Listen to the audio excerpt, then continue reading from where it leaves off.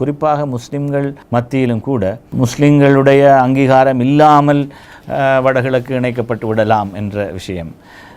அதிலும் அது முஸ்லிம் காங்கிரஸ் தலைமை ஏற்கனவே சம்மதம் தெரிவித்து விட்டது என்ற பாணியில் எல்லாம் பல விஷயங்கள் பேசப்பட்டு வருகின்றன. ஆனால் இவற்றிலுமே எந்த உண்மையும் கிடையாது. இந்த விஷயங்கள் சம்பந்தமாக எல்லா தரப்பும் மிகுந்த விட்டு கொடுப்போடு அதே நேரம் புரிந்துணர்வோடு பல விஷயங்கள் சாதிக்கப்பட வேண்டியிருக்கிறது.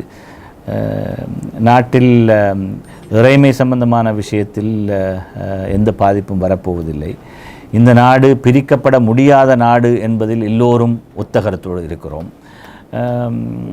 இதற்கு மாற்றமாக அதிகூடிய அதிகாரப் பகிர்வை இயலச் செய்ய வேண்டும் என்பதில் 13வது சட்ட திருத்தத்தில் இருக்கிற குறைபாடுகளை எல்லாம் களைய வேண்டும் என்பதில் பூரண உடன்பாடு இருக்கிறது. தேர்தல் சட்ட முறையில் மாற்றம் குறித்து சிறுபான்மையினங்களுக்கு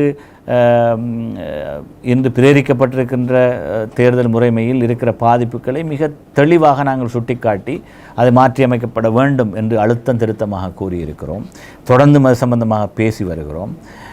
இவற்றுக்கு மத்தியில் ஒரு நிரந்தர தீர்வு, நியாயமான தீர்வு, சகல இனங்களும் ஏற்றுக்கொள்ளப்பட வேண்டிய தீர்வு, ஏற்றுக்கொள்ளக்கூடிய தீர்வு